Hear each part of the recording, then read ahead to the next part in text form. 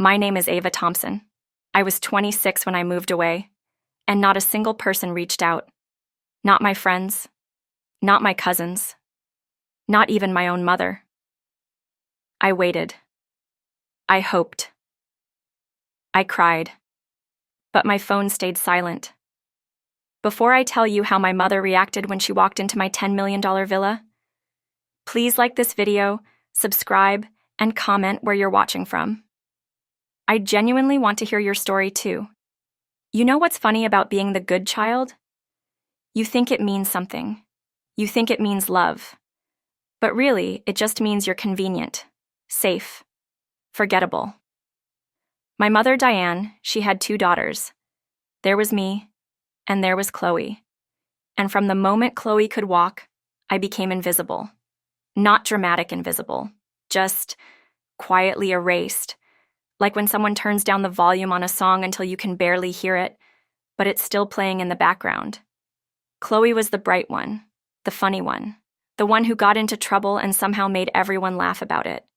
When she broke something, it was spirited. When I broke something, it was careless. When she cried, the whole house stopped. When I cried, well, I learned not to cry where anyone could see. I remember being 8 years old, sitting at the kitchen table doing homework. Chloe was 5, throwing a tantrum because she didn't want to eat her vegetables. My mother spent 45 minutes coaxing her, making airplane noises, negotiating like Chloe was some kind of tiny diplomat. Meanwhile, I sat there, quiet as always, finishing my math problems, eating everything on my plate without a word. Not once did my mother look over and say, "Good job, Ava." Not once did she notice that I never complained, never threw fits, never demanded attention. I was the easy one. And in my family, easy meant overlooked. By the time I was 12, I had learned something that would shape the rest of my childhood. My feelings were too much. Anytime I tried to express hurt or disappointment, I was too sensitive. If I got upset about being ignored, I was dramatic. If I asked for help, I was needy. So I stopped asking. I learned how to wipe my own tears before anyone ever noticed I was crying. I became the master of handling everything alone. Bad day at school? I'd smile and say it was fine. Friends being mean? I'd pretend it didn't matter, feeling left out at family gatherings while everyone fawned over Chloe. I'd disappear to my room and tell myself I preferred it that way. But here's the thing about swallowing your pain for years. It doesn't disappear. It just builds up inside you like water behind a dam. And eventually, that dam is going to break. I was in my mid-20s when everything started falling apart. Not dramatically, not all at once. Just slowly, like a building with a crack in the foundation that gets a little bigger every day until suddenly the whole thing is about to collapse. I was working a job that barely paid my bills, living in a tiny apartment with walls so thin I could hear my neighbor's television through the night.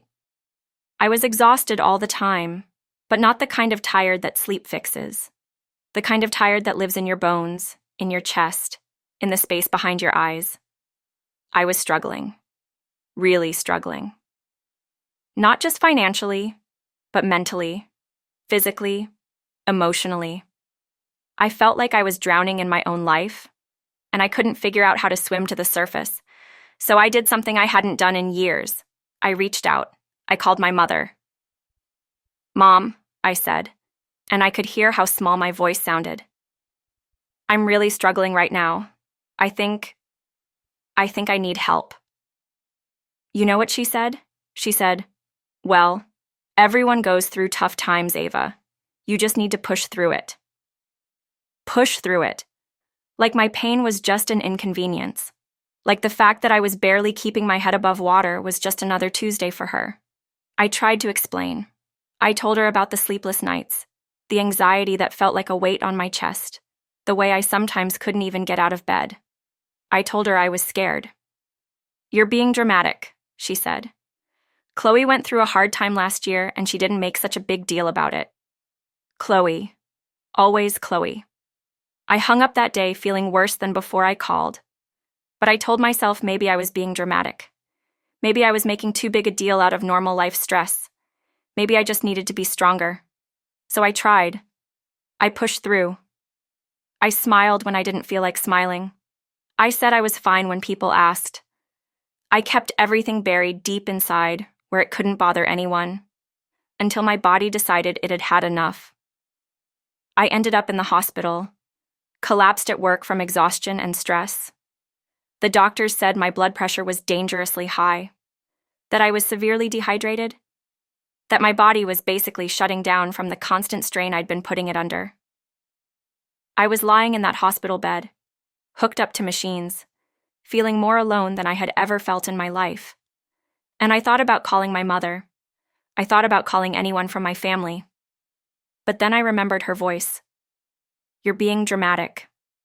So I didn't call. I lay there for 3 days. 3 days in a hospital bed. And not one person from my family knew. Not one person reached out just to check on me. My phone sat silent on the bedside table, and with each hour that passed, something inside me started to break. Not break like shattering, break like releasing. Like finally letting go of something I'd been holding onto so tightly that I didn't realize how much it was hurting me. On the 3rd day, a nurse came in. She was probably in her 50s, with kind eyes and gentle hands. She was checking my IV when she said, "Honey, you've been here 3 days and haven't had a single visitor. No family, no friends?" I could have lied. I could have made up some story about how everyone was busy or lived far away. But instead, I just shook my head. "I'm sorry," she said, and the way she said it, like she really meant it, like she could see how lonely I was, and it actually mattered to her. That's when I started crying. Not the quiet, careful crying I'd learned to do as a child, but real crying. The kind that comes from somewhere so deep inside you that you didn't even know it existed. And as I cried, I realized something. I realized that I had spent my entire life waiting for people who were never going to show up. I had spent years hoping that if I was good enough, quiet enough, easy enough, someone would finally see me, finally care. But they weren't going to. Not my mother, not my sister, not the family I'd been breaking myself trying to please. That night, lying in that hospital bed, I made a decision. I can't stay here anymore. I was discharged on a Thursday morning. I went back to my tiny apartment, looked around at the life I'd been living, and felt nothing. Not sadness, not anger, just empty. Like I was looking at someone else's life. I called in sick to work. Then I started packing. 2 suitcases. That's all I took. Clothes, a few books, my laptop, and 1 photo. Just one. It was a picture of me as a little girl, maybe 7 years old, sitting by myself on a swing set. I don't know why I kept it. Maybe because in that photo I looked content. Alone, but content. Like I knew even then that I was enough just by myself. I didn't leave a note. I didn't make any grand announcements. I just left. I drove for hours until I found a small town by a lake, the kind of place where nobody knew my name or my story, where I could just be Ava, without all the history and disappointment and pain. I rented a tiny studio apartment above a coffee shop. It wasn't much, but it was mine. For the first time in my life, I was living in a space that belonged completely to me. The first few weeks were hard, harder than I expected. Not because I missed my family, but because I realized how much of my identity had been wrapped up in being their disappointment. Who was I if I wasn't the overlooked daughter? The forgotten sister? The one who always tried too hard and never got noticed?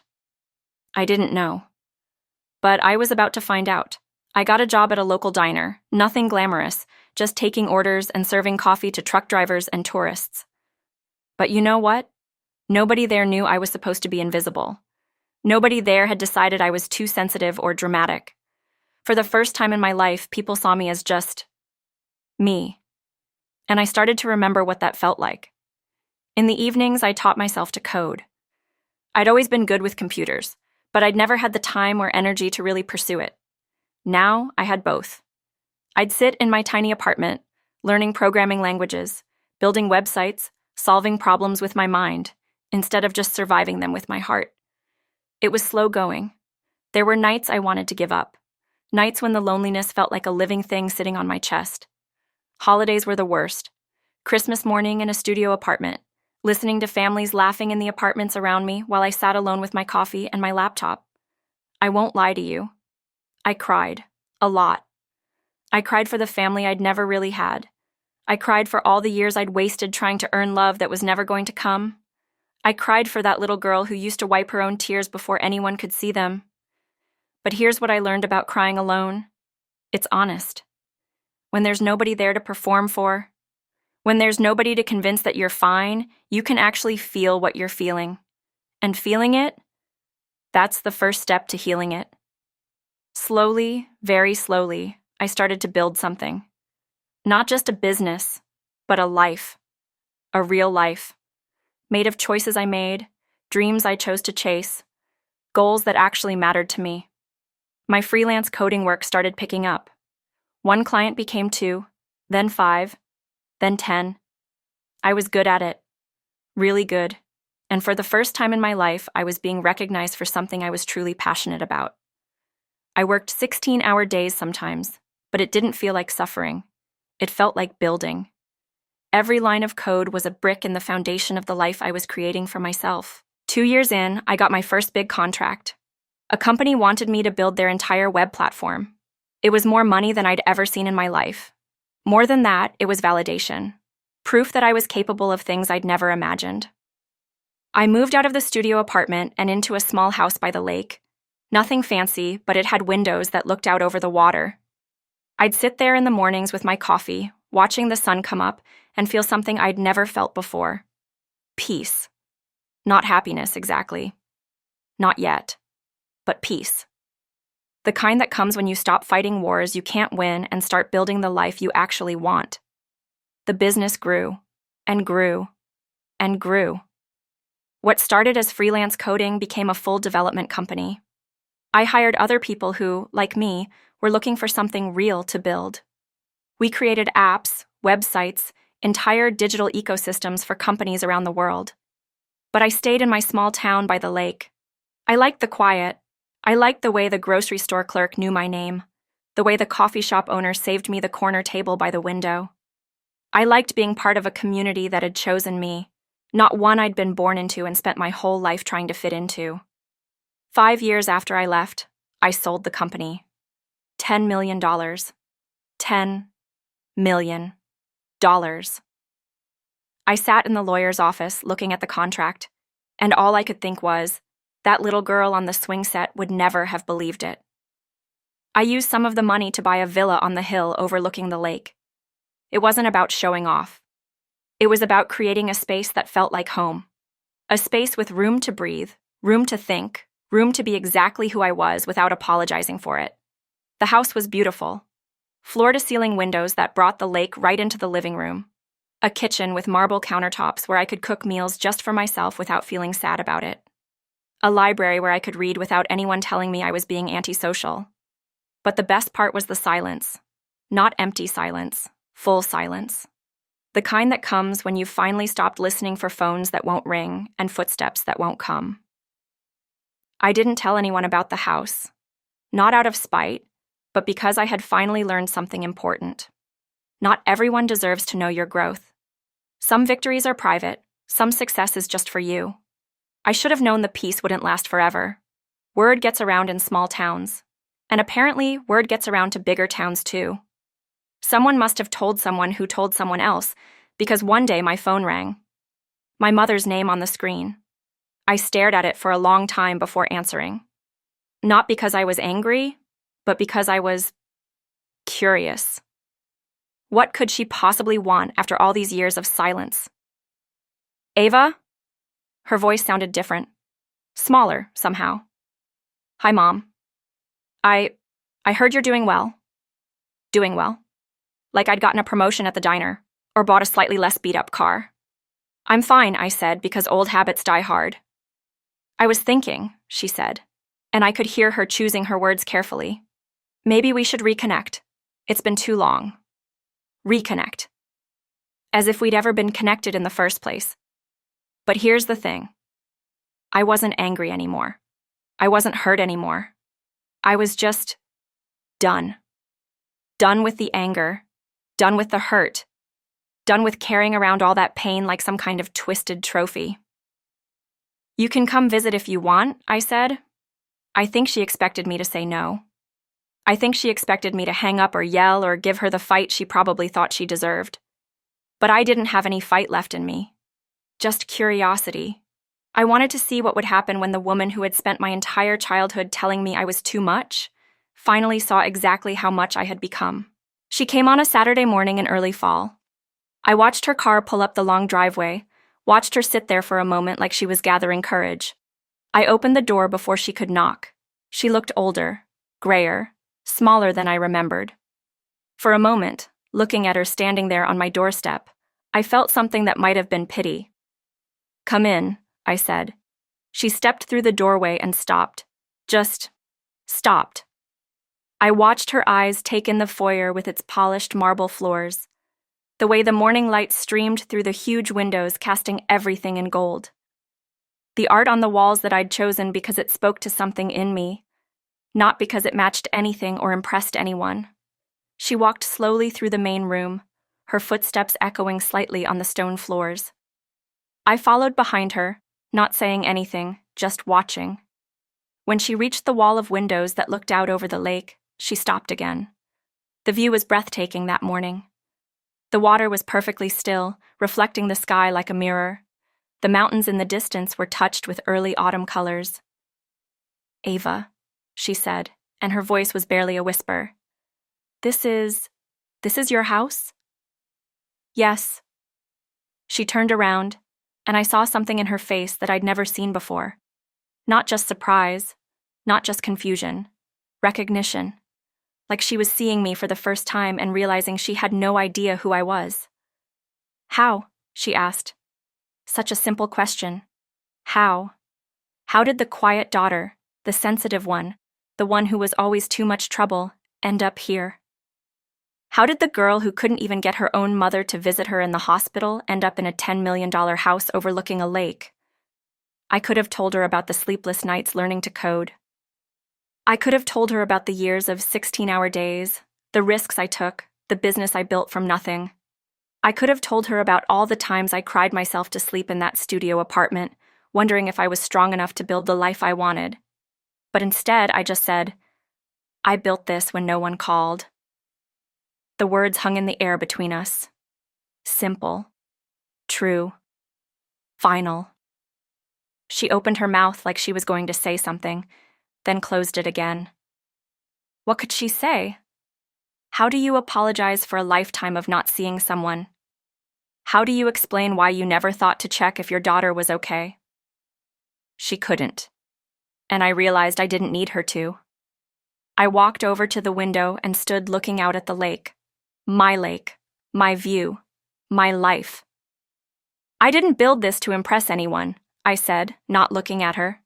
"I built it because when I was alone, I realized I had to become someone I could rely on." I turned back to her then and saw that she was crying.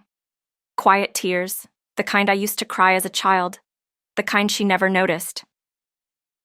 "I'm sorry," she whispered. "I know," I said, and I meant it. I could see that she was sorry. I could see that she was finally understanding what she had missed, what she had lost, what she had thrown away by never seeing me. But her sorry couldn't give me back my childhood. It couldn't give me back all those years I spent believing I wasn't worth loving. It couldn't undo the damage of growing up invisible. Her sorry was for her, not for me. And that was okay. I didn't need it anymore. She stayed for an hour. We drank coffee and made small talk about the weather, the town, the house. She asked careful questions about my work, my life, like she was trying to piece together the story of how I'd become this person she didn't recognize. I answered politely but didn't volunteer much. Not because I was punishing her, but because I realized I didn't want to share my story with her. My struggle, my growth, my victories. They were mine. They were sacred to me. And she hadn't earned the right to them. When she left, she hugged me at the door. A tentative, careful hug that felt like an apology and a goodbye all at once. "I'm proud of you," she said. I nodded because I didn't know what else to do. But as I watched her drive away, I thought, it doesn't matter if you're proud of me now, I'm proud of me. And that's enough. That's more than enough. I want to tell you something, if you're still listening. If you've made it this far in my story, it means something in it resonated with you. Maybe you know what it feels like to be overlooked. Maybe you know what it's like to cry quietly so no one has to deal with your pain. Maybe you know what it's like to love people who don't see you. If you do, I want you to know this. Being abandoned does not make you unworthy. Let me say that again, because I need you to really hear it. Being abandoned does not make you unworthy. Sometimes the people who are supposed to love us just can't. Sometimes they're too broken, too distracted, too wrapped up in their own pain to see ours. It doesn't mean we're not worth seeing. It doesn't mean we're not worth loving. Sometimes being forgotten is not a punishment. Sometimes it's an invitation to stop waiting for other people to validate your worth and start building a life that validates it for you. I spent so many years believing that if my own mother couldn't love me properly, I must be unlovable. I spent so many years trying to be smaller, quieter, easier, hoping that would finally be enough to earn the attention I craved. But you know what I learned? The love I was looking for, the recognition I was desperate for, the validation I thought I needed. I had to give all of that to myself first. I had to learn to see myself before anyone else could see me. I had to learn to trust myself before anyone else could trust me. I had to learn to believe in my own worth before anyone else could believe in it. And once I did that, once I truly did that, the right people started showing up. Not my family, not the people I'd spent my whole life trying to please, but people who saw me for who I actually was and loved that person. I have a small circle of friends now. Real friends. The kind who call when they haven't heard from you in a while. The kind who show up when you need them. The kind who celebrate your victories and sit with you through your defeats. I have work that fulfills me, a home that feels like sanctuary, a life that belongs completely to me. And most importantly, I have myself. I have my own approval, my own validation, my own love. And nobody can take that away from me. Nobody. If you've ever felt invisible, if you've ever felt forgotten, if you've ever felt like you're too much for the people who are supposed to love you, please understand that those feelings are not prophecies. They're not permanent. They're just the starting point of your own story. Your story doesn't end with being overlooked. Your story doesn't end with being abandoned. Your story doesn't end with other people's inability to see your worth. Your story begins when you decide to stop waiting for permission to be yourself. Your story begins when you decide that your dreams matter, even if nobody else believes in them. Your story begins when you choose to build something beautiful out of the pieces of your broken heart. That villa by the lake? It's not just a house. It's proof. Proof that the quiet girl who used to wipe her own tears was always strong enough to build something magnificent. She just needed to stop asking for permission to do it. You are strong enough too. You are worthy of the life you dream about. You are capable of more than the people who overlook you could ever imagine. And someday, if you choose to let them, the people who couldn't see you will walk into the life you built and finally understand what they missed.